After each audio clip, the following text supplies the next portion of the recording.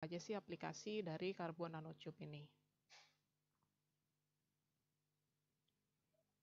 Oke, nah ini adalah berbagai macam aplikasi dari CNT ya. Kita akan mempelajari tentang 4 hal.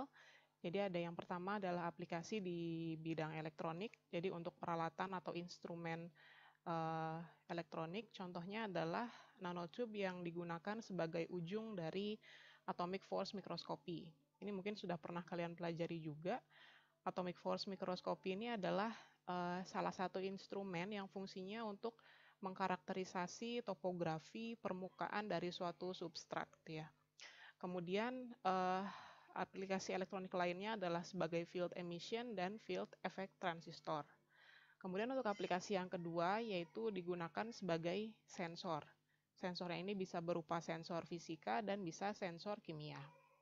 Kemudian untuk aplikasi biologi, ini CNT banyak digunakan untuk mengenali sequence DNA, kemudian untuk drug delivery, penghantaran obat dan vaksin, kemudian untuk terapi gen, dan juga salah satu yang banyak digunakan adalah sebagai campuran untuk kemoterapi, untuk sel kanker. Kemudian yang terakhir adalah aplikasi lainnya dari CNT, yaitu untuk katalisis heterogen, kemudian untuk penyimpanan hidrogen, dan juga CNT sebagai material dalam perlistrikan, alat-alat listrik. Oke, sekarang kita masuk aplikasi yang pertama, yaitu untuk aplikasi di bidang elektronik. Nah, di sini adalah nanotube sebagai ujung dari atomic force microscopy. Jadi ini adalah gambaran secara real ya, alat AFM. Itu seperti ini, kemudian ini adalah bagian di mana substrat atau sampelnya itu diletakkan. Jadi di sini ada cantilever. Cantilevernya itu bersifat fleksibel, di mana di bawahnya itu ada ujungnya. Nah, ujungnya ini adalah yang terbuat dari CNT, gitu ya. Nah, kemudian ujungnya ini fungsinya adalah untuk men-scan dari permukaan substrat atau sampel yang kita miliki sehingga kita tahu bentuk topografinya itu seperti apa. Jadi di sini AFM itu adalah metode atau instrumen yang sangat powerful untuk mengkarakterisasi permukaan secara 3 dimensi. Jadi tidak cuma dari sumbu X dan Y, tapi juga bisa dari sumbu Z.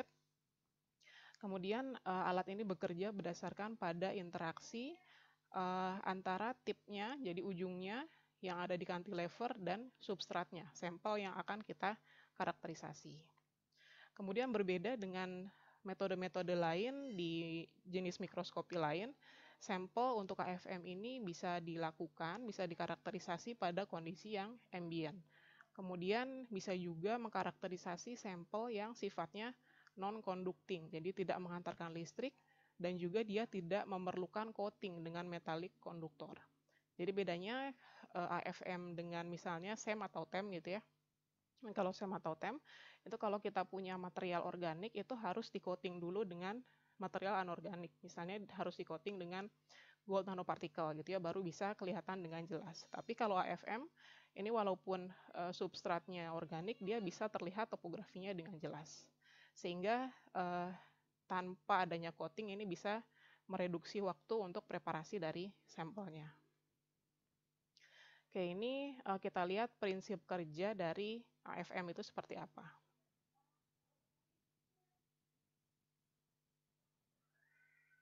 An AFM is an atomic force microscope. It lets you see things that are very, very small, all the way down to the nanoscale.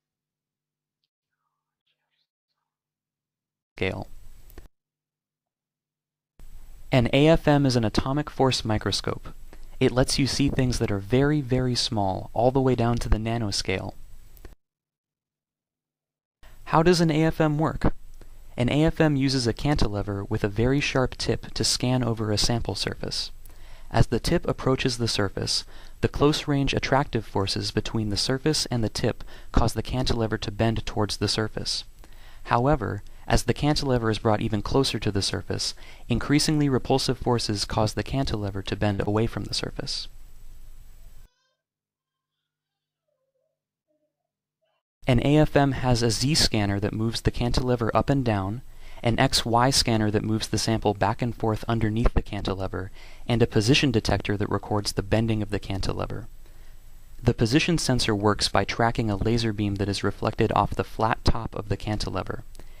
Any bending in the cantilever will cause changes in the direction of the reflected beam. The position detector then tracks and records those beam changes.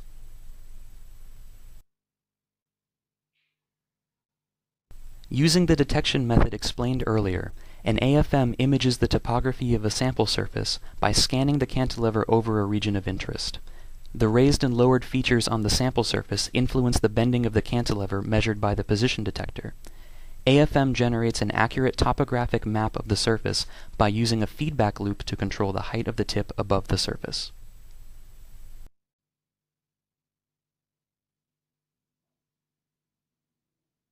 There are two major methods of AFM imaging: contact AFM and non-contact AFM. In contact AFM, the cantilever scans across a sample with its tip touching the sample surface. Because the tip is in contact with the surface, strong repulsive forces cause the cantilever to bend as it passes over the surface features. The advantage of this method is the relative simplicity of its technology. However, there are disadvantages. One disadvantage is that the sample can be damaged by the gouging action of the sharp tip. Another disadvantage is that while the tip is gouging away at the surface, it also grinds down the tip, which reduces the quality of your image. In non-contact AFM, the cantilever oscillates just above the surface while it scans, but the tip does not touch the surface. A precise, high-speed feedback loop is used to keep the cantilever tip from crashing into the surface, thus retaining tip sharpness and leaving the surface untouched.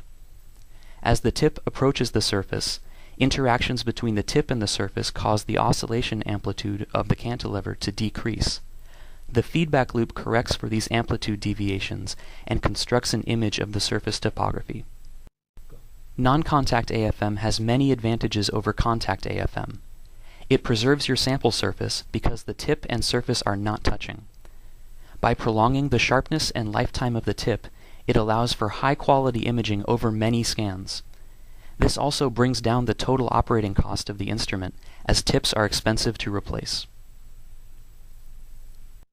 Atomic Force Microscope, or AFM, is a powerful tool that enables you to see, explore, and obtain measurement data from your samples at the nanoscale. For more information, please visit parkafm.com. Oke, jadi itu tadi adalah prinsip kerja dari AFM. AFM itu sendiri dia dibedakan menjadi dua macam, ada yang tipe kontak dan tipe non-kontak. Kalau yang tipe kontak artinya ujung tips dari cantilever itu dia menempel pada permukaan substrat yang akan di-scan gitu ya. Tapi kalau yang non-kontak, dia tipsnya itu tidak menempel, sehingga sampel yang kita periksa itu dia tidak akan mengalami kerusakan. Nah, ini adalah salah satu gambar AFM, hasil scanning dari AFM ya. Di sini kita lihat kalau dari sumbu 2 dimensi, sumbu X dan Y saja, maka dia akan menghasilkan gambar yang seperti ini. Gambarnya hanya 2 dimensi. Nah, kemudian kalau kita pakai sumbu yang ketiga, yaitu sumbu Z, kita akan menghasilkan gambar yang 3 dimensi. Kita tahu topografinya itu seperti apa. Nah, ini kalau misalnya dikonversi menjadi warna, maka dia akan menghasilkan warna tertentu. Jadi kalau warnanya semakin gelap, artinya topografinya itu dia semakin dalam. Semakin terang, artinya dia semakin dangkal, semakin dekat ke permukaan gitu ya. Nah, jadi ini kalau misalnya kita punya substrat atau sampel yang permukaannya seperti ini, nah ini kita lihat permukaannya bergerigi dan ada permukaan yang menonjol, ada juga permukaan yang dalam. Kemudian untuk efisiensi dari AFM-nya itu sendiri bergantung pada fleksibilitas dari ujung tipnya. Jadi untuk menghasilkan resolusi Z yang baik itu bergantung pada fleksibilitas dari cantilever dan sensitivitas deteksi dari pergerakan si ujung tipsnya. Kemudian untuk menghasilkan resolusi sumbu X dan Y yang bagus itu posisinya itu harus akurat dan juga ketajaman dari tips mikroskopiknya. Nah, kita harus tahu bahwa untuk mendapatkan resolusi dari berbagai macam sumbu, 3 sumbu ini, maka kita harus optimasi gitu ya. Sehingga bisa menghasilkan gambar dengan resolusi atom yang baik. Nah, sedangkan untuk limitasi faktor pembatas resolusi dari suatu gambar AFM itu adalah bergantung pada ukuran dan bentuk dari ujung mikroskopiknya. Jadi syaratnya itu adalah harus narrow dan deep. Jadi dia itu harus kecil, sempit gitu ya, dan dia harus tajam. Jadi ini adalah faktor yang mempengaruhi resolusi dari gambar. Nah ini sebagai gambaran. Jadi ini adalah salah satu keuntungan dari carbon nanotube, yaitu rasio panjang terhadap diameter yang baik. Jadi kalau kita punya objek atau substrat yang bentukannya seperti ini, silicon tips, ini adalah tip dari AFM yang biasa digunakan ya. Nah ini bentuknya adalah piramidal seperti ini, kemudian diameternya adalah sekitar 10 nanometer. Tipsnya, tips silikon ini dia kurang cocok untuk mendeteksi permukaan yang dalam. Kemudian karena dia sifatnya itu rapuh, maka dia bisa resistensi mekaniknya itu bisa meninggalkan bekas pada permukaan sampelnya. Sehingga kalau dia meninggalkan bekas, menyebabkan resolusi gambarnya itu akan menurun, jadi kurang baik. Nah, di satu sisi, carbon nanotubes ini dia menawarkan berbagai macam karakter yang baik, sehingga bisa digunakan sebagai tips dari mikroskopnya itu. Jadi dia punya bentuk yang cocok karena proporsi panjang terhadap diameter yang bagus, dia itu lebih panjang sehingga bisa menjangkau seluruh permukaan dari substrat yang kita miliki. Jadi walaupun substratnya itu dalam gitu ya, dia tetap bisa menjangkau. Kemudian dia memiliki resistensi mekanik yang baik terhadap bending strain di AFM-nya. Jadi kalau kita lihat di sini misalnya objeknya bentuknya seperti ini permukaannya. Kemudian kita pakai yang tipe biasa, yaitu menggunakan tip silikon. Maka kemungkinan si silikon tipnya ini hanya akan menjangkau sampai dengan batas ini, karena di sininya bentuknya piramid, dia tidak tajam ya. Sehingga nanti hasil pencitraannya itu hanya sampai sini, tidak sampai bawah. Tetapi berbeda ketika tipsnya, ujungnya itu menggunakan bahan karbon nanotube. Jadi dia bentukannya itu narrow dan deep, dia itu kecil, slim, tajam gitu ya, sehingga dia bisa menjangkau seluruh permukaan termasuk permukaan yang dalam. Sehingga nanti image pencitraan yang dihasilkan itu akan sangat sesuai dengan permukaan yang sesungguhnya. Kemudian untuk CNT yang banyak digunakan untuk tips dari AFM ini adalah tipe yang single wall, yang dindingnya satu ataupun yang multi wall. Nah, yang single wall ini dia bagus karena memiliki diameter yang lebih kecil sehingga bisa meningkatkan resolusi dari image yang dihasilkan. Kemudian untuk ukurannya itu bisa sampai dengan 5 nanometer. Kemudian CNT ini dia bisa langsung ditumbuhkan pada substrat silikonnya. Jadi bisa langsung ditumbuhkan di sininya setelah preparasi dengan katalis yang tertentu. Nah, secara prinsipnya dia bisa produksi massa, produksi dalam jumlah yang cukup besar. Tetapi problemnya, masalahnya itu adalah bahwa ketika kita menumbuhkan CNT pada ujung tip silikon ini, maka tidak hanya satu CNT yang tumbuh yang dihasilkan, tapi ada beberapa. Nah, ini kita harus optimasi kondisi untuk produksi dari CNT-nya. Nah, ini sebagai contoh, jadi ini adalah gambaran bagaimana CNT tip, ujung dari CNT ini ada di AFM. Jadi ini adalah bundling dari CNT dengan menggunakan acid treatment. Jadi yang tadi ditumbuhkan itu menghasilkan beberapa CNT misalnya, kemudian kita pisahkan dengan menggunakan acid treatment. Setelah itu dimodifikasi dengan berbagai macam gugus fungsional. Misalnya di sini ada gugus fungsional hidroksil. Jadi tipsnya itu ujung dari CNT-nya itu bisa juga dimodifikasi dengan cara penambahan senyawa kimia tertentu yang fungsinya adalah untuk meningkatkan resolusi. Jadi resolusi gambar yang dihasilkan itu lebih baik. Dan juga dia bisa mendeteksi jika sampel atau substrat yang kita miliki itu mengandung senyawa tertentu. Jadi nggak cuma topologinya yang dideteksi oleh AFM ini, tetapi juga struktur kimiawi dari permukaan. Nah, kemudian untuk bisa mendeteksi adanya senyawa tertentu di permukaan, maka ujung dari CNT-nya ini harus dihidroksilasi tadi ya, penambahan gugus hidroksil, dan juga difungsionalisasi dengan tipe asam amid, sehingga dia bisa mendeteksi distribusi dari gugus hidroksil yang ada di permukaan substrat. Oke, sampai sini untuk yang tipe substrat, untuk tipe ujung dari AFM ada yang mau ditanyakan dulu nggak? Masih jelas ya? Oke, kita lanjut untuk yang aplikasi lainnya, yaitu untuk field emission atau pancaran medan.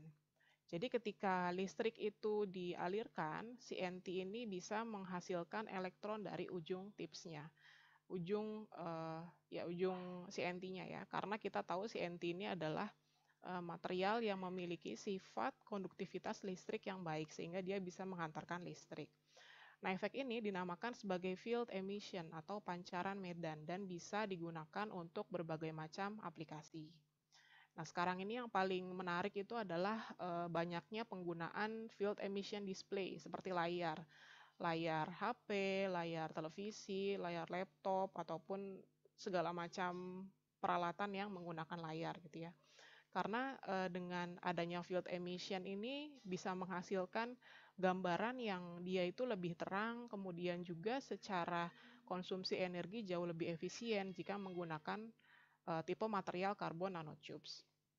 Nah, kemudian yang lagi banyak juga itu adalah tipe yang fully functional picture screen. Jadi kalau kalian punya device, misalnya laptop yang nggak ada pinggirannya, jadi semuanya itu layar gitu ya, kemudian touchscreen, nah itu adalah tipe yang fully functional picture screen. Kemudian sekarang yang sudah sangat umum adalah layar HP gitu ya, jadi nggak ada pinggirannya, itu semuanya layar, ini juga tipe yang field emission.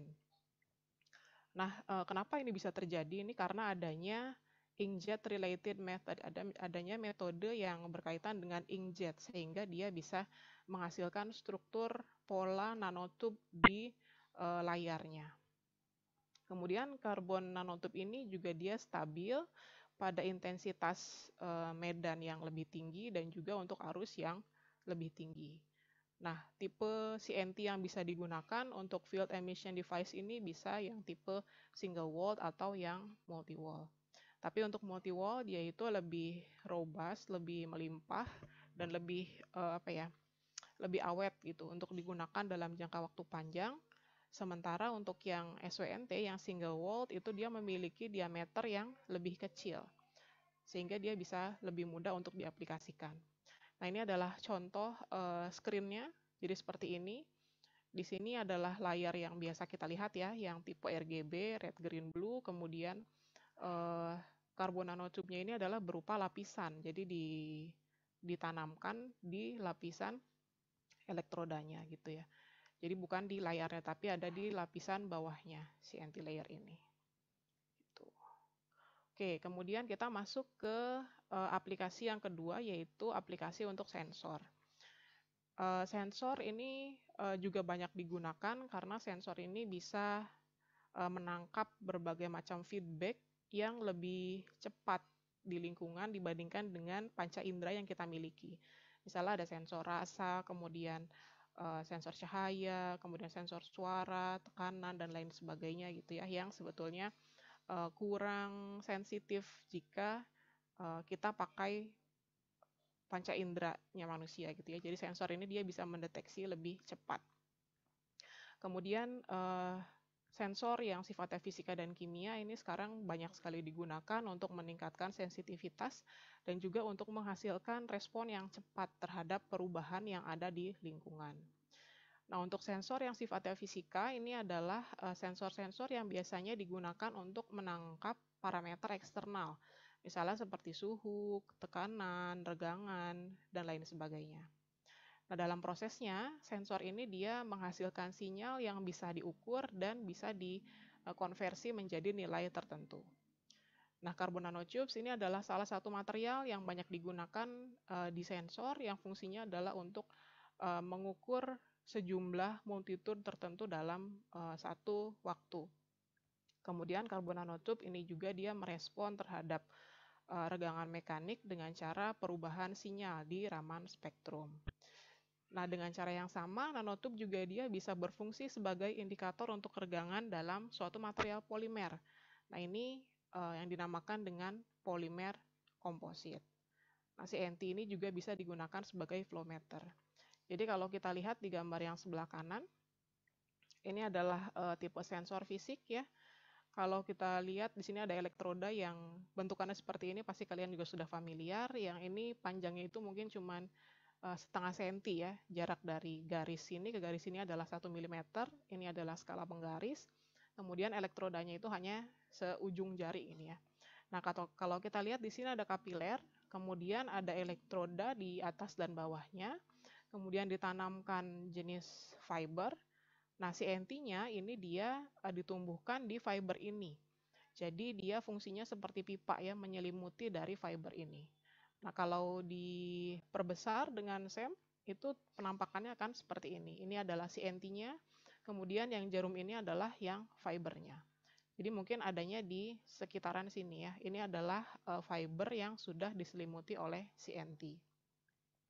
Jadi itu CNT yang fungsinya untuk sensor fisika, dia akan mendeteksi adanya sinyal tertentu, kemudian dikonversi menjadi nilai, dan akhirnya menghasilkan sebuah feedback. Tuh. Nah, kemudian tipe sensor yang kedua adalah sensor kimia. Jadi kalau tadi sensor fisik itu fungsinya untuk menangkap sinyal dari lingkungan, kalau sensor kimia itu menangkap jenis senyawa tertentu ataupun konsentrasinya dari lingkungan sekitarnya. Nah, carbon nanotubes ini dia sangat baik karena memiliki atom yang tersebar di semua permukaannya. Analitnya atau senyawa yang akan dideteksi atau ditangkap itu biasanya dideteksi pada konsentrasi satuannya adalah ppt. Jadi sangat spesifik ya, sangat kecil, itu bisa dideteksi oleh CNT. Kemudian nanotube ini juga dia bisa beroperasi dalam suhu ruangan. Sementara untuk sensor lainnya, sensor kimia lainnya misalnya yang mengandung semikonduktor itu hanya bisa bekerja dengan suhu di atas 200 derajat. Kemudian untuk absorpsi dari analit di nanotubnya itu terjadi karena adanya interaksi oleh transfer muatan transfer muatan yang mengubah konsentrasi dari charge carrier pembawanya atau barrier potensial antara tube dengan kontaknya.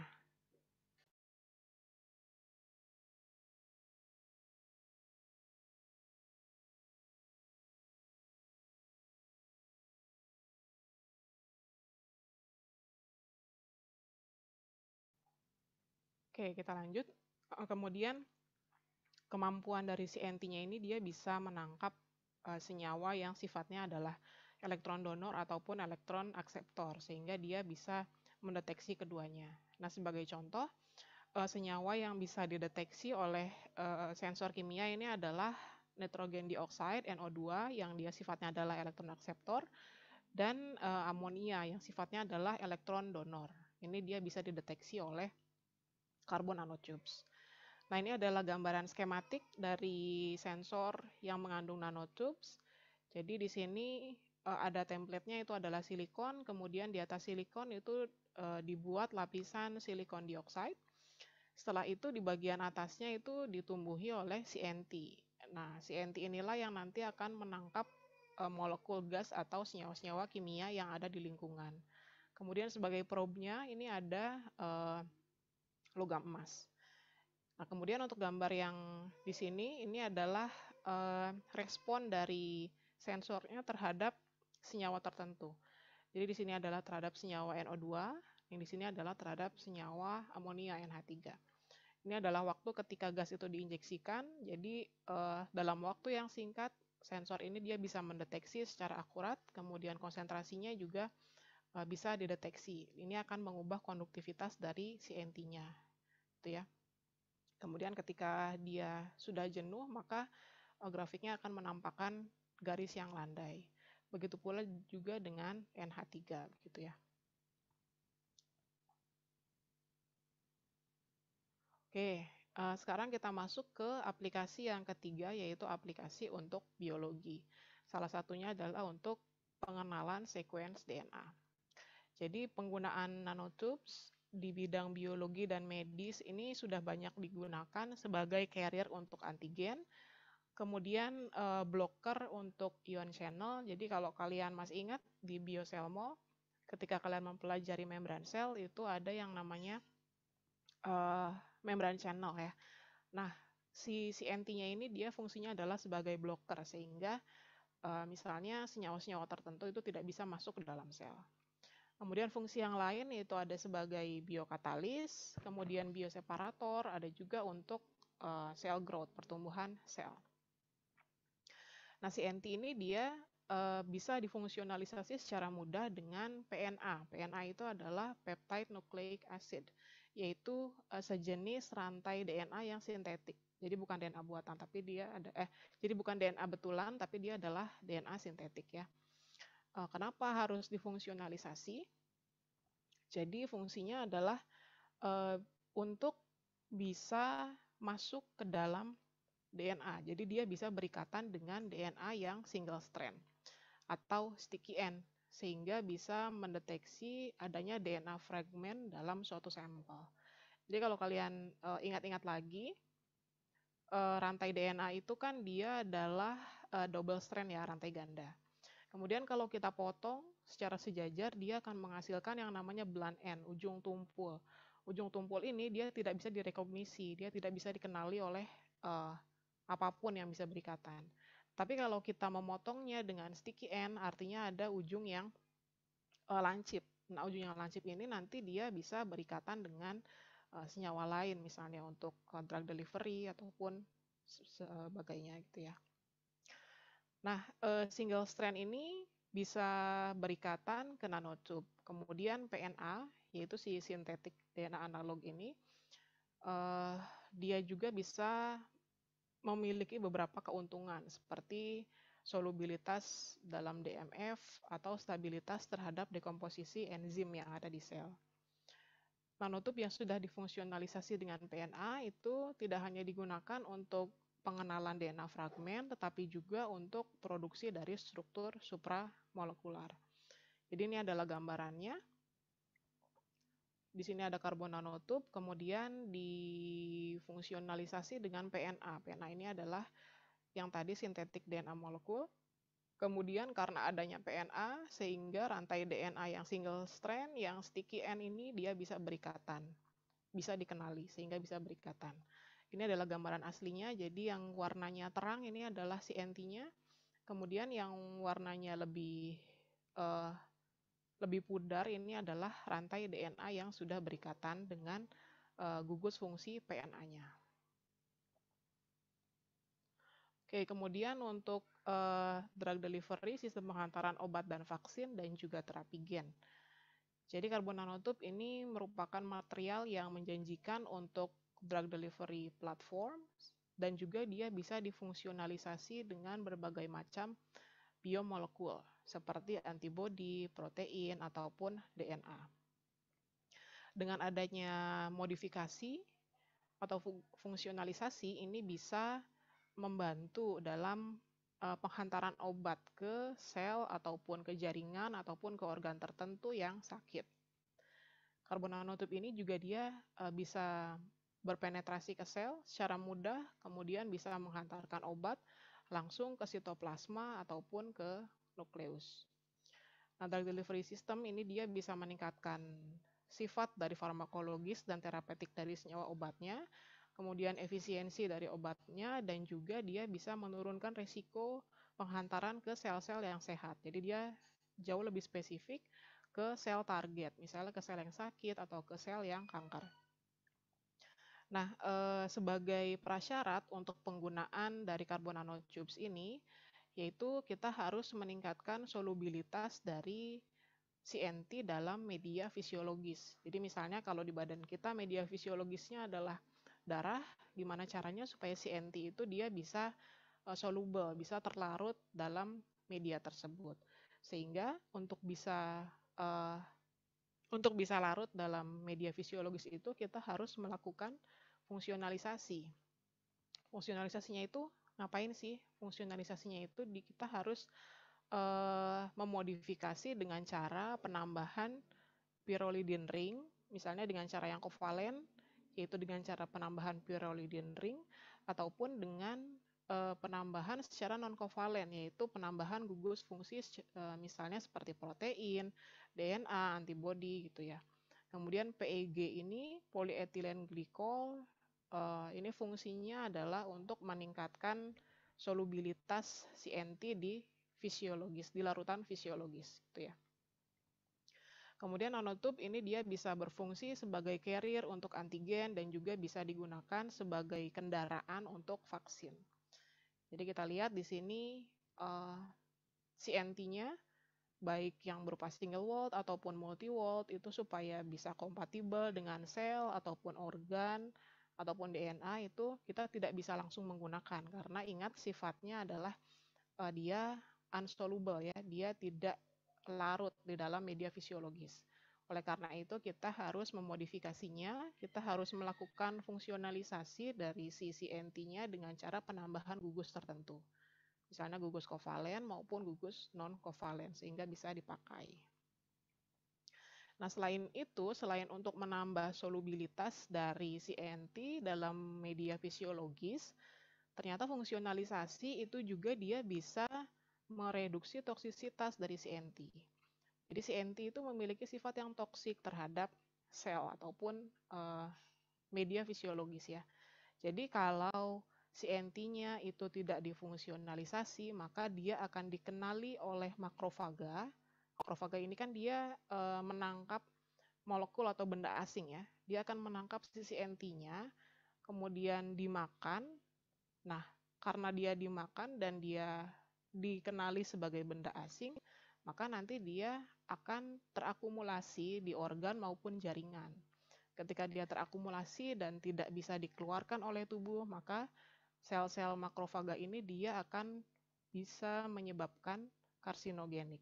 Jadi sifatnya bisa menghasilkan kanker gitu ya.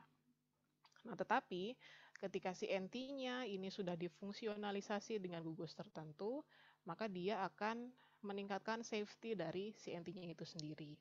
Artinya dia itu bisa larut dalam media fisiologis, kemudian ini tidak akan dikenali sebagai benda yang asing oleh si makrofaga, jadi dia nggak akan ditangkap gitu ya. Nah, kemudian dia juga bisa meningkatkan solubilitas dan juga mencegah dari agregasi nanopartikelnya. Kemudian ketika senyawa obat yang dibawa oleh CNT ini sudah dilepas ke dalam sel, dia akan dikeluarkan, CNT ini dia dikeluarkan dari sel dan disekresikan melalui urin. Jadi dia nggak ada akumulasi di organ ataupun jaringan ya, sehingga dia bisa secara aman dikeluarkan dari tubuh. Tuh. Nah, ini adalah bagaimana cara CNT atau nanopartikel ini bekerja di bidang drug delivery, pengantaran obat, vaksin, ataupun terapi gen. Kita lihat di sini.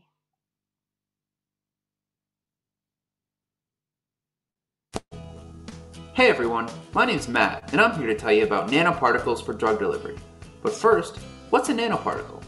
A nanoparticle is exactly what it sounds like. It's a small particle about 1 to 100 nanometers in size. And just to give you an idea, if this is a piece of human hair, it's about 100,000 times smaller than the tip right there, so it's pretty small. What we're going to try and do is use these nanoparticles to cure cancer. But what's cancer exactly? Well, cancer is when you have one cancer cell and it divides to form another cancer cell, and another, and pretty soon this happens uncontrollably, and this is what forms tumors inside our body. And these are bad, and we want to get rid of them. Two ways doctors are trying to do this now is through chemotherapy and radiation therapy. But these aren't the most optimal, because these methods also attack healthy cells in your body in addition to the cancerous ones. And this is what causes you to lose your hair. So how are these nanoparticles going to work? We're going to take our nanoparticle and fill it with our cancer drug right there. And then we're going to attach a targeting ligand to the surface of the nanoparticle. And I'll explain how these work in just a bit. Once we do this, the nanoparticle is injected right into the bloodstream. Here's what it looks like. Above and below the bloodstream on the left side are all the healthy cells. These are the good guys, which we want to keep alive. The nanoparticle can't attack them because of this tight junction blood vessel, which prevents our nanoparticle from reaching them. On the right-hand side here are all the cancer cells, which we want to attack. And how do we do this? Well, all these cancer cells have a receptor ligand on their surface and are surrounded by leaky blood vessels.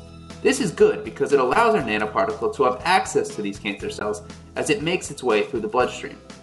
So, as the nanoparticle nears these cancer cells, the targeting ligand on its surface can bind to the receptor ligand on the surface of the cancer cell and cross the leaky barrier to eventually kill it. This is the big thing that separates treatment with nanoparticles from chemotherapy and radiation therapy. Because of all this, we're going to reduce the amount of healthy cells being attacked as well as increase the amount of cancer cells that die. And all of this is going to make for a happier, healthier you. Oke, ada yang mau cerita gimana sih karbon nanotubes atau nanopartikel itu dia bisa membedakan yang mana sel sehat dan yang How do we do sel this? kanker? Ada yang mau cerita lagi nggak? Gimana caranya si nanopartikel itu dia bisa membedakan yang mana yang sel sehat dan yang mana yang sel kanker?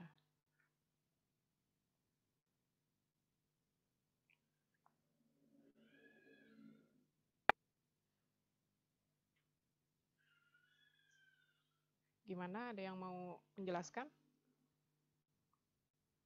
dari video yang tadi?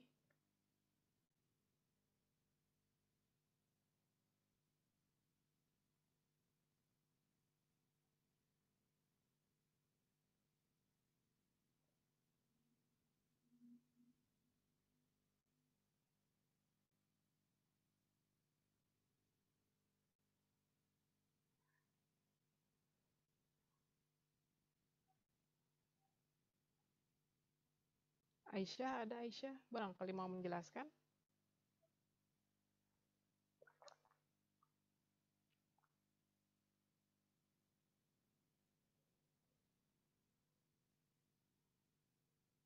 Aisyah nggak ada?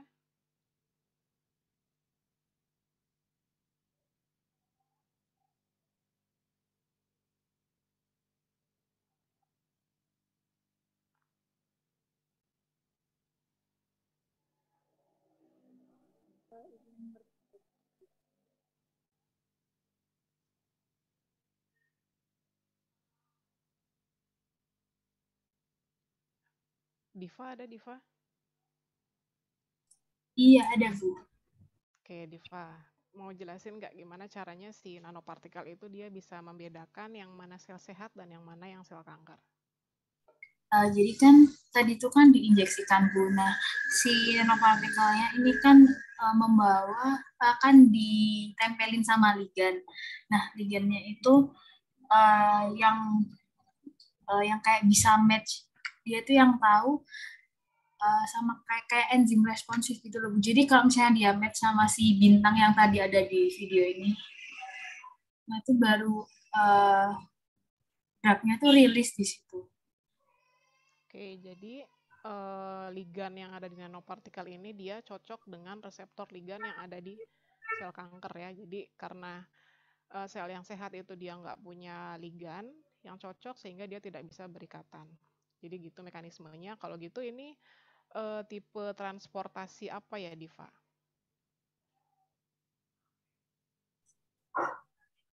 Itu Bu yang sebenarnya saya agak lupa. Apa ada yang mau coba jawab?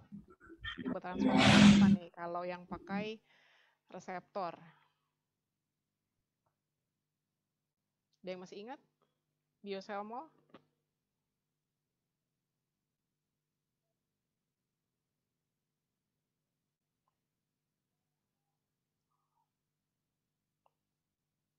Allows our nanoparticle to have access to these cancer cells as it makes its way through the blood.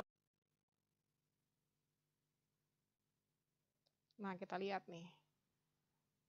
Tipe apa sih cellular uptake dari CNT ini? Jadi,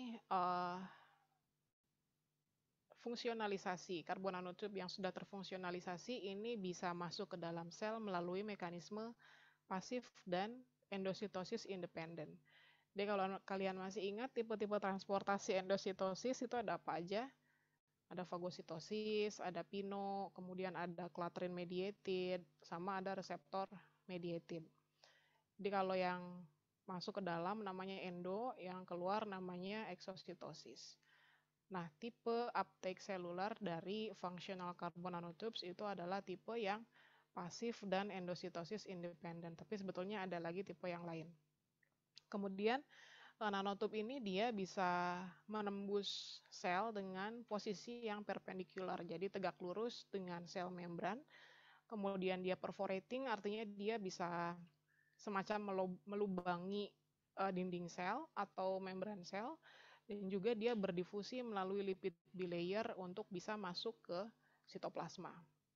Kemudian dalam suatu percobaan, sel penetrasi sel itu dia bisa juga menggunakan CNT yang ada magnetnya, sehingga dia bisa masuk ke dalam target sel dengan cara penggunaan rotating magnetic field.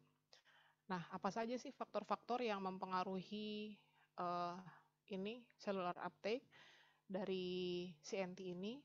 Yaitu ada ukuran, kemudian ada muatannya juga, dan juga hidrofobisitas dari gugup fungsional dari CNT-nya.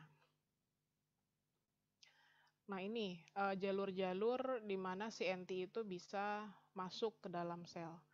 Jadi ada 3 tipe, yaitu yang tipe A ini adalah tipe non-receptor mediated endositosis, jadi nggak pakai reseptor, dia juga bisa masuk. Kemudian ada yang tipe B, ini adalah tipe yang reseptor mediated, artinya dia harus menggunakan reseptor, seperti yang tadi di awal.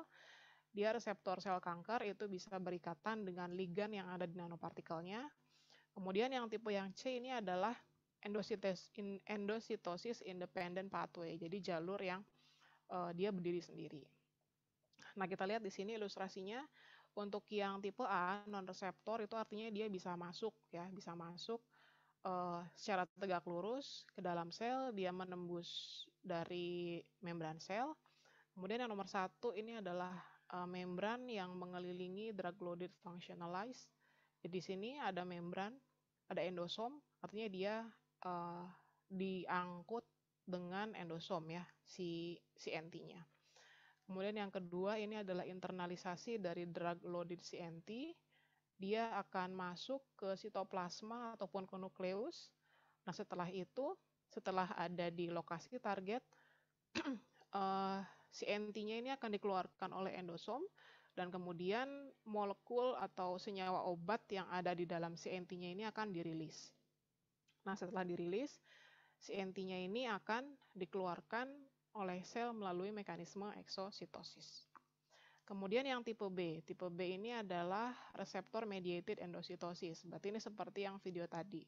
Dia hanya akan berikatan ketika ada reseptor.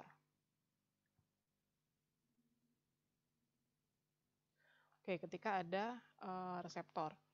Nah, kita lihat yang nomor 4. Nomor 4 ini adalah membran yang mengelilingi CNT reseptor dengan membentuk endosom. Jadi sifatnya masih seperti yang nomor 1, ya. Dia akan dibungkus oleh endosom, kemudian dia akan diangkut ke lokasi tertentu, apakah di sitoplasma atau di nukleus.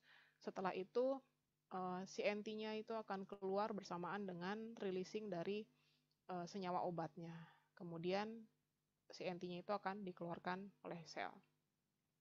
Kemudian yang tipe yang C itu adalah endositosis independent pathway.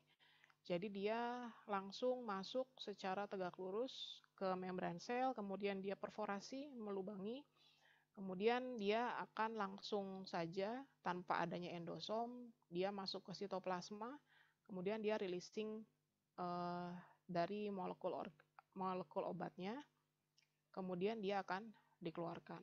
Jadi si CNT-nya ini setelah dia mengeluarkan obatnya, dia pasti akan dikeluarkan oleh sel, jadi nggak diakumulasikan ke dalam sel. Oke, ya, sampai sini untuk aplikasi biologis ada yang mau ditanyakan dulu nggak? Mau tanya, Bu. Iya, silakan. Kan berarti CNT sebagai regulatory system itu dia itu juga mengalami endositosis sama exositosis. Iya. Aja. Lalu pertanyaannya apa, Diva? CNT kan CNT-nya itu sebagai delivery system itu kan ke target ya Bu. Nah berarti dia itu mengalami endositosis sama eksositosis atau cuman endo aja Bu? Oke, kalau di sel target, misalnya kayak di sel kanker tadi, berarti dia endo dan ekso kan. Endonya itu dia masuk ke sel CCNT bersamaan dengan molekul obatnya. Kemudian ketika molekul obatnya sudah dirilis di dalam lokasi, misalnya di sitoplasma ataupun di nukleus, maka sisa CNT-nya ini dia akan diekso, dikeluarkan sama si sel. Jadi dia mengalami dua jalur ya, jalur endo dan jalur ekso. Jadi dia CNT-nya itu nggak akan tinggal di dalam sel, dia akan dikeluarkan. Nggak ada akumulasi CNT di dalam sel. Itu Diva bisa diterima? Iya bisa Bu, sama satu lagi Bu. Kan tadi di slide 12 tuh kan ada tulisannya modifikasi sama functionalization. Nah itu apa bedanya ya Bu? Kalau soalnya di slide 12 tuh gambarnya beda. Slide 12. Iya. Modifikasi sama fungsionalisasi. Jadi fungsionalisasi itu adalah salah satu bentuk modifikasi sebetulnya gitu Diva. Berarti prinsipnya kayak sama aja gitu Bu?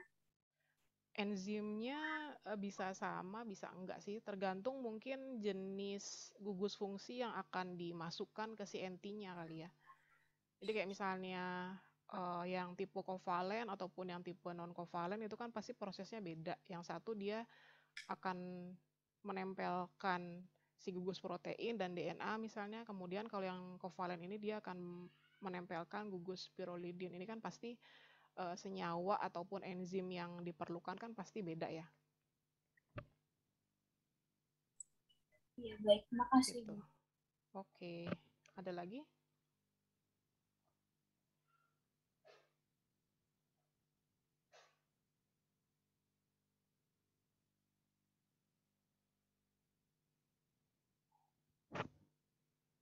Ada lagi yang mau ditanyakan?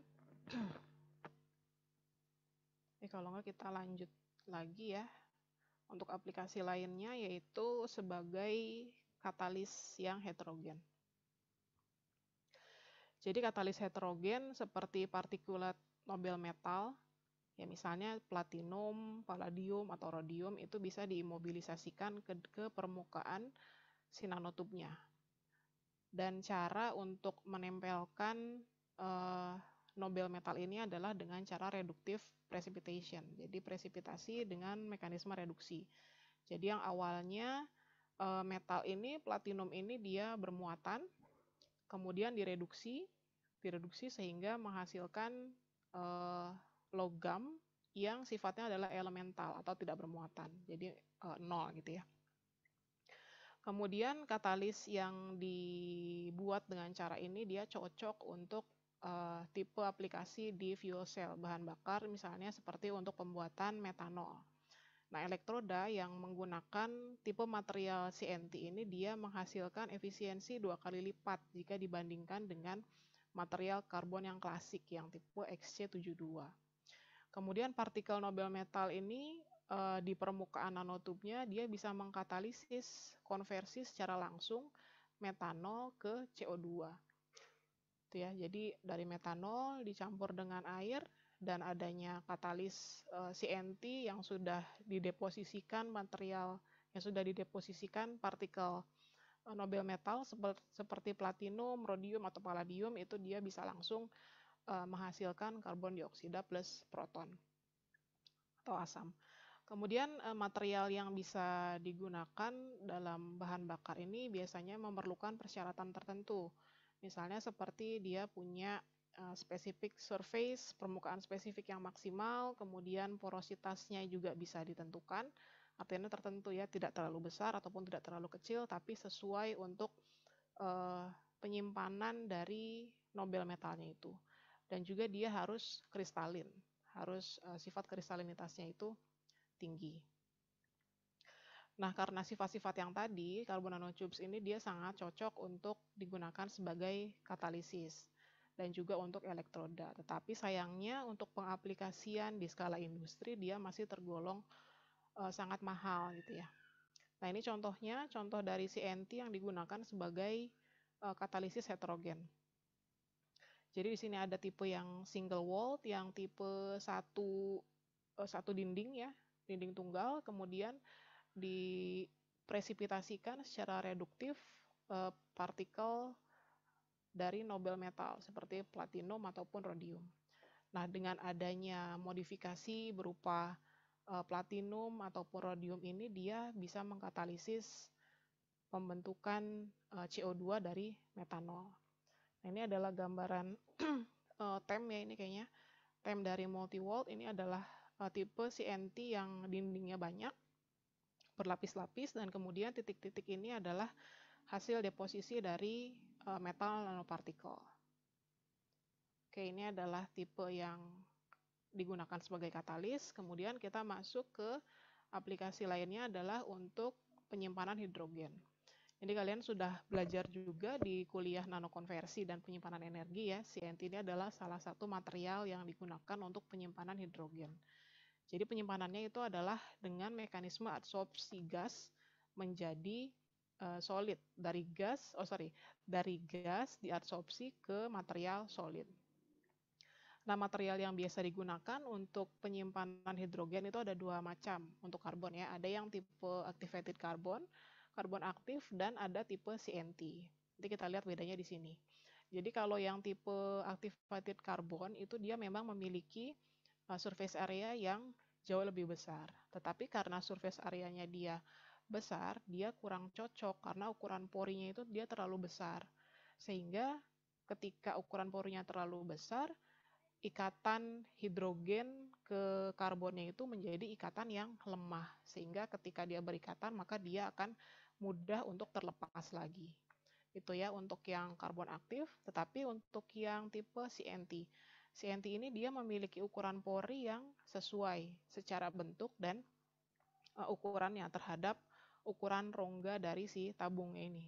Jadi dia ukuran yang segi 6 ini, porositasnya itu dia sesuai, rasionya itu cocok dengan diameter dari rongga si CNT-nya. Sehingga dia sangat baik untuk digunakan sebagai penyimpanan dari hidrogen. Nah, penyimpanan hidrogennya itu bisa dalam suhu ruangan. Sementara untuk material lainnya dia biasanya menggunakan suhu yang jauh lebih tinggi. Kemudian bundel dari CNT-nya ini memiliki kapasitas penyimpanan yang baik. Ini ya bundel dari CNT. Jadi kita nggak mungkin cuma pakai satu pipa dari CNT kan. Itu pasti ada banyak sekali bundelnya. Nah, inkorporasi dari molekul hidrogennya itu terjadi. Jadi pengikatannya itu adanya adalah di dalam tabungnya.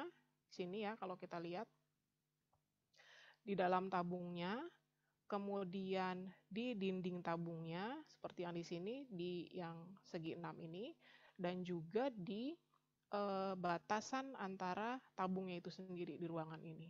Tapi kita lihat ikatan yang paling kuat itu yang mana sih? Jadi ikatan yang paling kuat itu adalah molekul hidrogen yang diikat di dalam tabungnya. Itu yang paling kuat. Kemudian semakin lemah itu ikatannya adanya di pori dari dinding CNT-nya.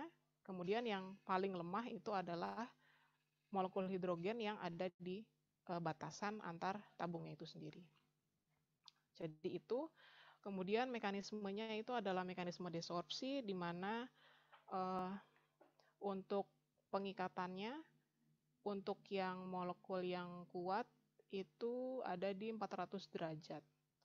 Itu ya. Kemudian tadi sudah dijelaskan adanya di dalam tubes, di dalam tabung. Kemudian yang lebih lemah itu adanya di dinding tabungnya, di outer wall-nya.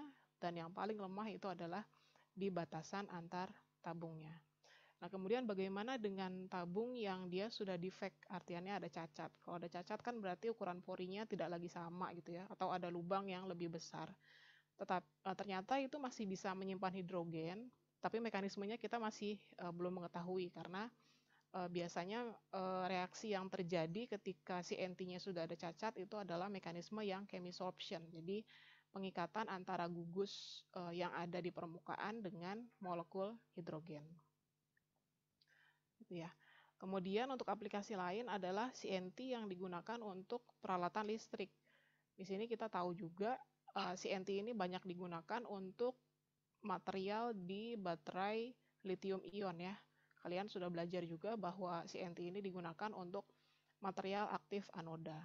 Jadi kalau di baterai lithium ion, kita lihat di sini ada lapisan-lapisannya, ada separator, ada anoda, katoda. Nah, CNT ini adalah sebagai material dari anodanya. Kalau di sini gambarnya contohnya adalah grafit, tapi kita di sini pakai CNT ya. Kenapa CNT ini bagus digunakan sebagai material aktif anoda? Karena dia memiliki diameter yang kecil, sehingga distribusi di elektrodanya itu bagus. Kemudian CNT ini juga dia punya konduktivitas listrik yang baik, sehingga bagus juga digunakan sebagai material elektroda. Kemudian sifat lain dia bisa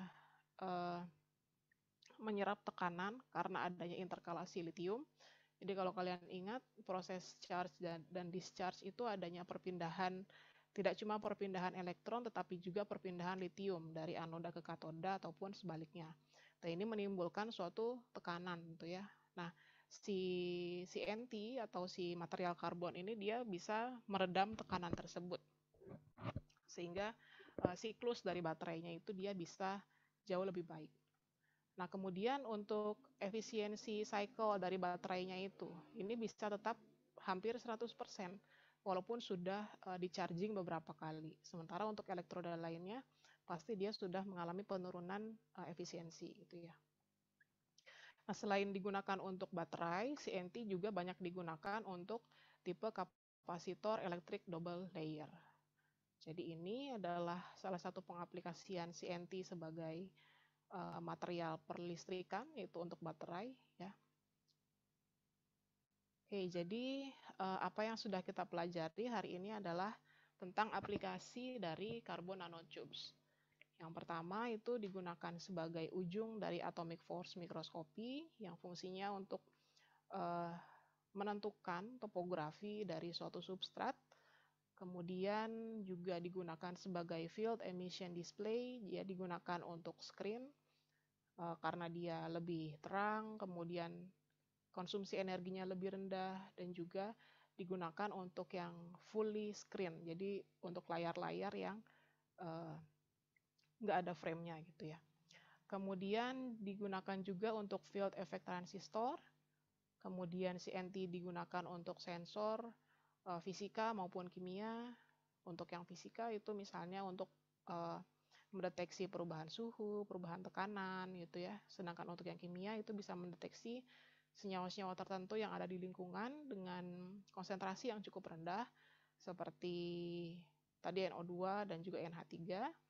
Kemudian CNT juga bisa digunakan sebagai material komposit karena muatan mekaniknya yang tinggi dibandingkan dengan tensile strength dari nanotube. Kemudian juga dari aplikasi biologis, CNT ini banyak digunakan sebagai carrier untuk penghantaran obat di sel-sel yang hidup. Penghantaran obat, kemudian untuk terapi gen, dan juga untuk carrier di vaksin. Oke, sampai sini ada yang mau ditanyakan? Karena materinya sudah selesai. Izin tanya, Bu. Ya, silakan Farhan. Ya, kemarin saya itu itu perbedaannya CNT kalau di apa namanya sintesis pakai dua cara. Yang satu CVD, yang satu itu arc discharge. Oke, terus? Kalau dari apa itu dari salah satu apa namanya dari salah satu perbedaan itu kalau seumpama di SEM itu CVD kalau seumpama di SEM dia itu bentuknya lebih panjang tapi lurus, tapi kalau di arc discharge itu melengkung dan pendek. Nah itu kalau dari apa namanya dari CNT sendiri kalau dari bentuk itu yang baik itu lurus. Oke, bentuk mana yang lebih baik untuk pengaplikasiannya ya. Jadi biasanya untuk peralatan device atau instrumen itu memang yang lebih baik itu adalah yang tipe yang lurus ya, karena dia yang diperhatikan adalah rasio panjang terhadap diameter dari CNT-nya. Itu sih Farhan. Biasanya rata-rata memang banyak digunakan yang tipe lurus dibandingkan yang tipe bending. Nanti kalau yang tipe bending mungkin ada lagi yang lebih prefer yang tipe apa ya, kayak Fullerene, yang tipe bola kayak gitu, dan lain sebagainya. Itu pengaplikasiannya nanti mungkin bisa berbeda lagi. Itu ya Farhan, bisa diterima.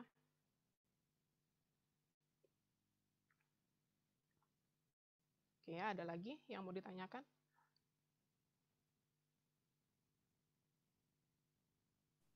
Izin tanya, Bu. Siapa nih? Diva. Oke, Iya. Diva.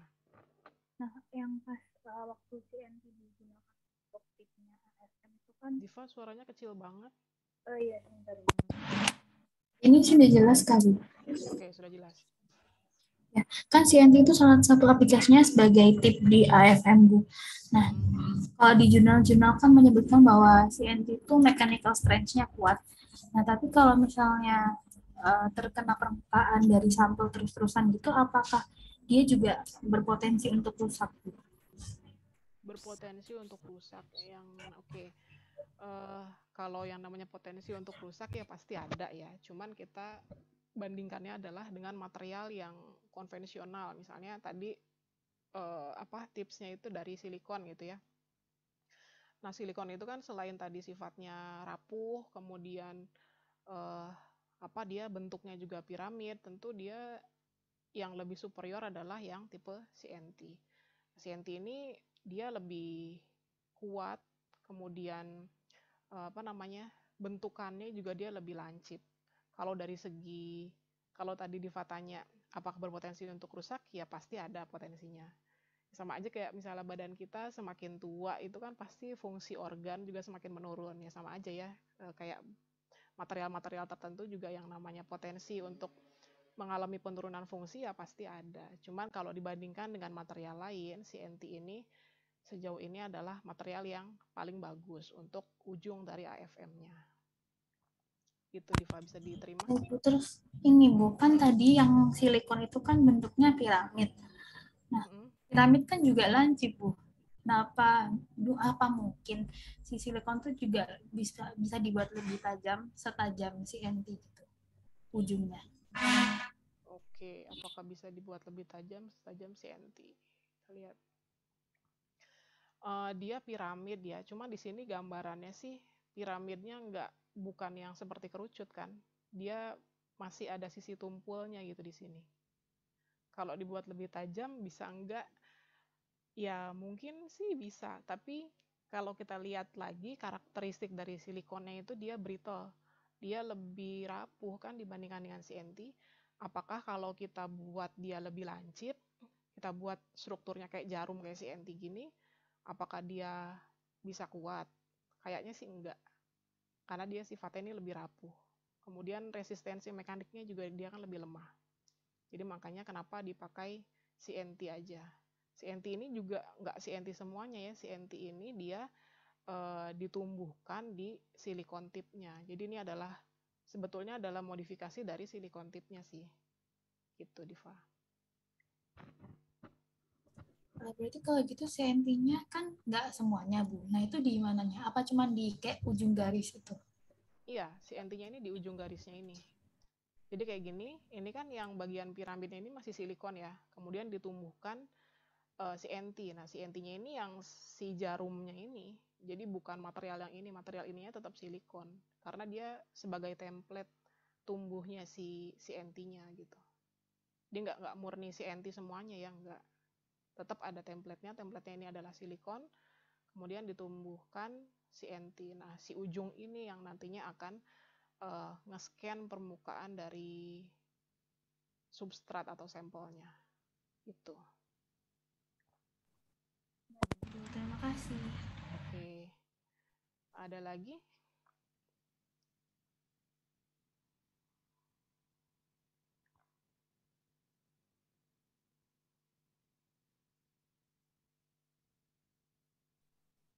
Bu, saya ingin tanya lagi. Oke, Farhan. Kalau CNT ini bisa nggak dipakai buat katalis, tapi yang dia itu murni fiber yang CNT itu dipakai untuk katalis sebagai doping. Sebagai doping. Jadi gimana tuh maksudnya? Ya dia itu dimasukkan ke material lain.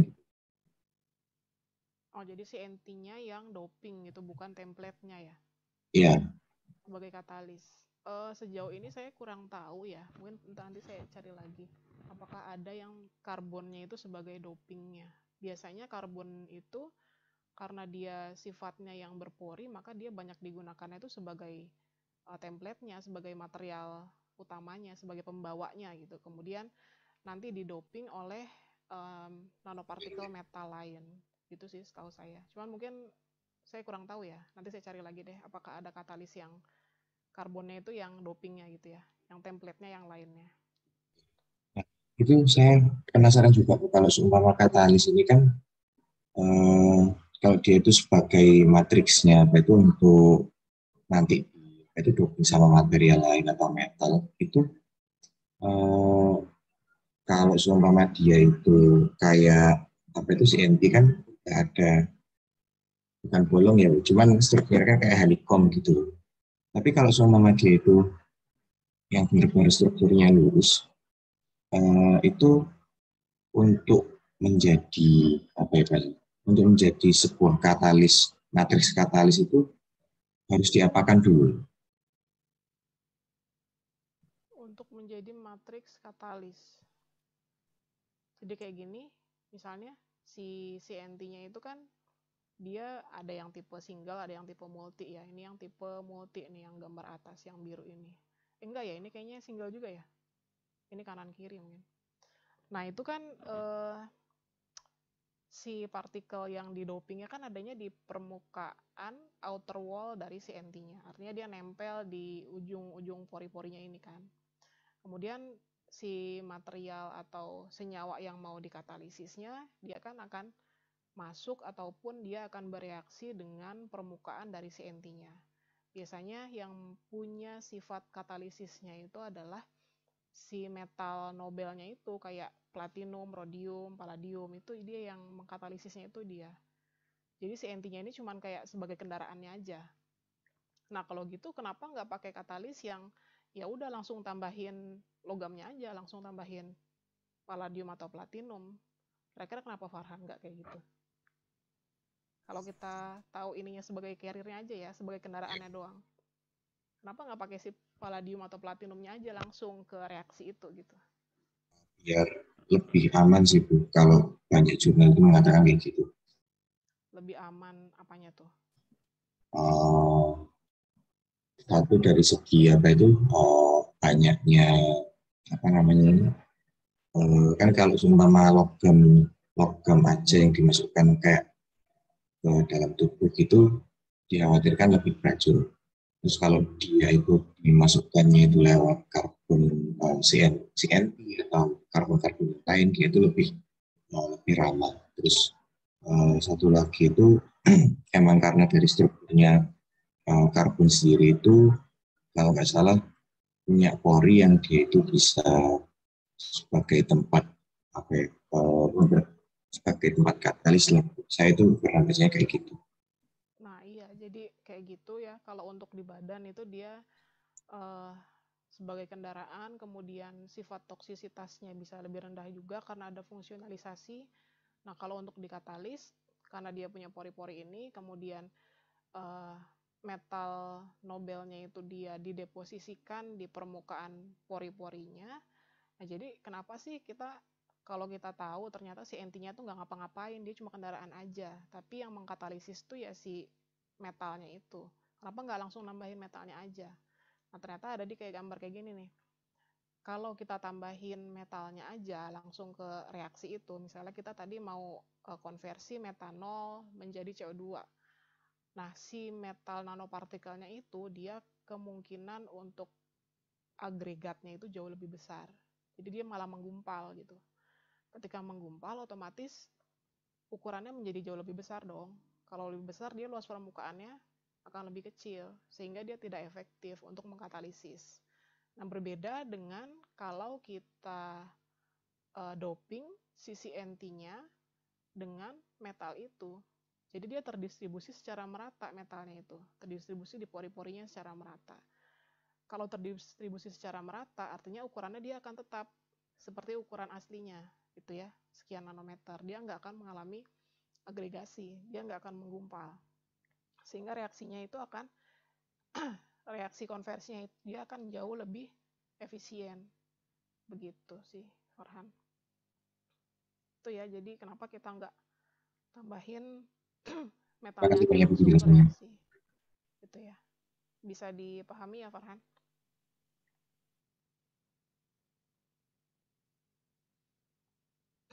Oke, ada lagi yang mau ditanyakan?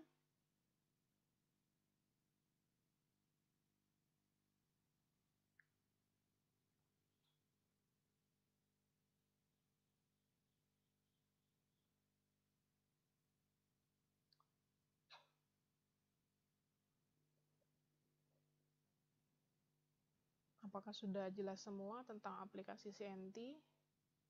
Berarti minggu depan tugas presentasi kelompok ya. Yang kebagian topik CNT, silahkan mempersiapkan dengan baik.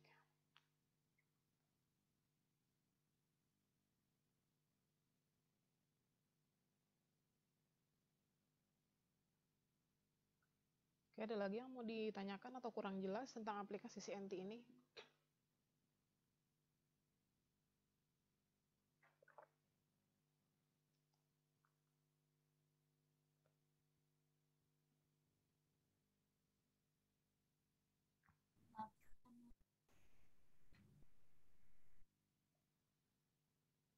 Oke, yang perlu saya tekankan sekali lagi ya, untuk pengaplikasian CNT,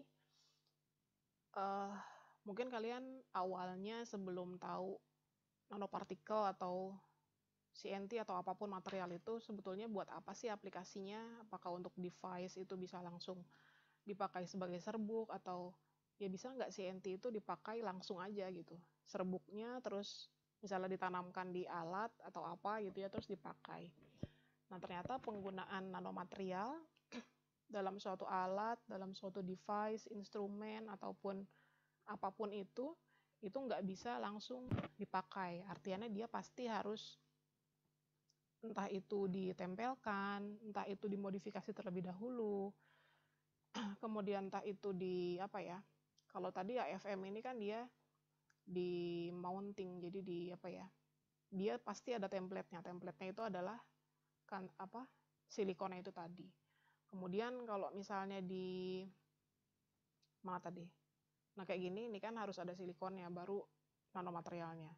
Kemudian untuk di tadi field emission display untuk layar, si karbon nanotube-nya itu dia bentuknya adalah lapisan ya, lapisan yang ditempelkan, dilapisi ke elektrodanya.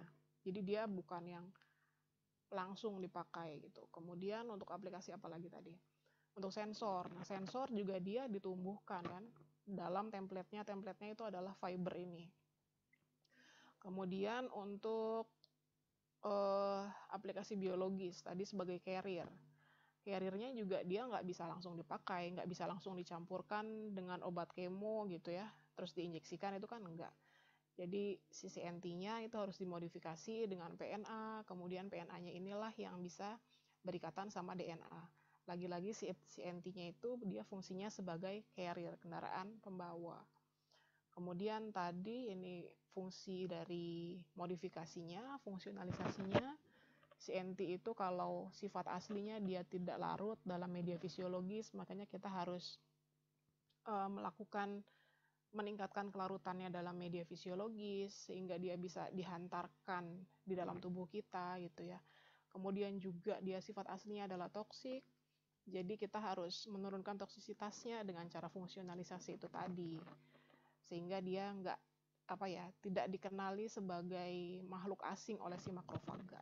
Nah, kalau sudah dia berfungsi dengan baik, artinya dia bisa menghantarkan obat dengan baik, dengan sesuai dengan fungsinya. Jadi dia bukannya malah bikin kanker, tapi bisa terapi dari kanker itu sendiri. Kemudian ini tadi mekanisme cellular uptake dari CNT-nya. Jadi CNT-nya itu dia pasti akan dikeluarkan dari sel, dia tidak diakumulasikan. Yang stay, yang diam di dalam selnya itu adalah molekul obat yang dibawa oleh CNT. Kemudian untuk katalisis, lagi-lagi CNT ini dia sebagai template, dia pembawa. Dia ngebawa apa sih? Dia ngebawa metal. Metalnya itulah yang fungsinya untuk mengkatalisis reaksi. Itu ya. Kemudian untuk penyimpanan, karena dia sifatnya berpori, jadi dia bisa mengikat. Mengikatnya itu baik dia ada di dalam tabungnya, kemudian di outer wall-nya, di pori outer wall-nya, ataupun di batasan antar tabungnya. Lagi-lagi ini juga tetap ada nanopartikel logamnya ya, yang untuk mengkonversi gas hidrogen yang ditangkap. Kemudian untuk baterai ini juga kan dia adanya di anoda. Jadi dia karena porositas yang tadi itu, dia adalah sebagai template atau tempat berdiamnya ion litium kan. Ion litium kalau dia berpindah, dia butuh tempat. Nah tempatnya itu karena dia berpori, maka dia menempati pori dari CNT-nya. Jadi itu ya yang perlu ditekankan, bahwa kita untuk memakai suatu nanomaterial itu tidak bisa digunakan secara langsung, tapi harus dimodifikasi terlebih dahulu. Begitu ya, bisa dipahami sampai di sini?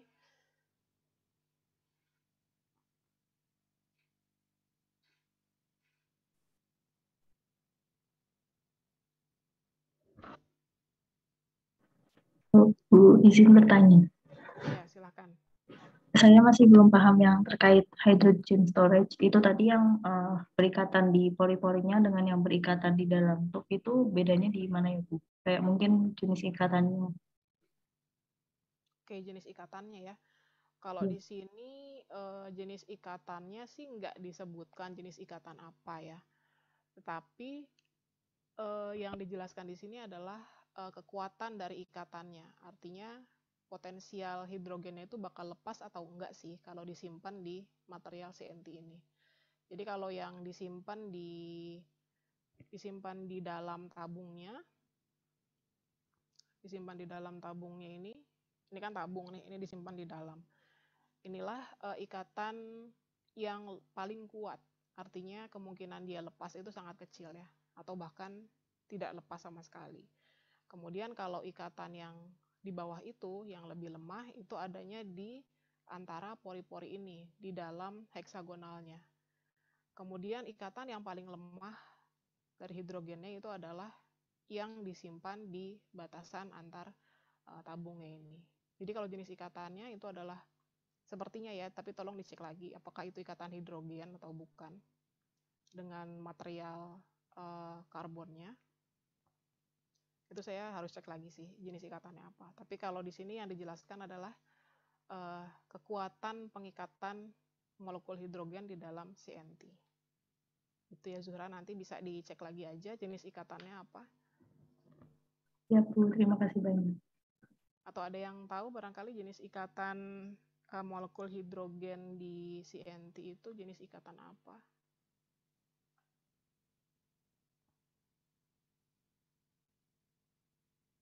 Coba ya.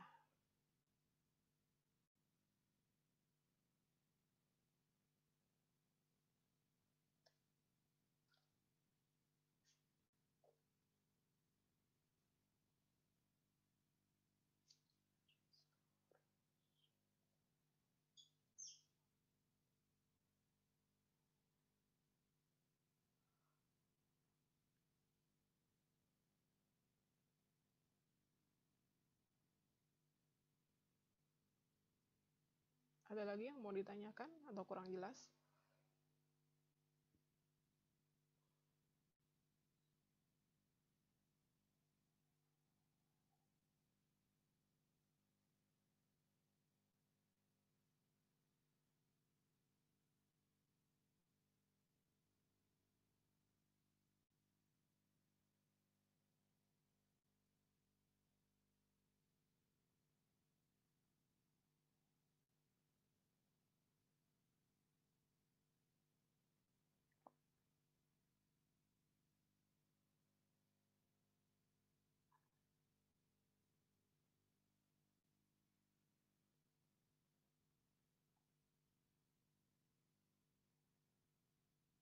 Iya, untuk slide nanti saya cantumkan di aula ya.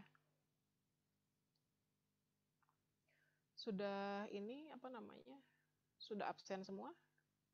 Absennya nggak ada masalah? Aman ya? Oh iya Bu Intan, untuk masalah absen, saya mau tanya Bu. Kan ini kita mulainya jam 9.40. Nah, tapi di itunya 10.40 Bu. Jadi kayak riskan kelewatan gitu. Di mananya 10.40? Di Iya, aulanya? Iya, baru Oh, bisa oke. di 10.40. Nanti saya coba ini ya, perbaiki. Terima kasih Bu. Saya lapor.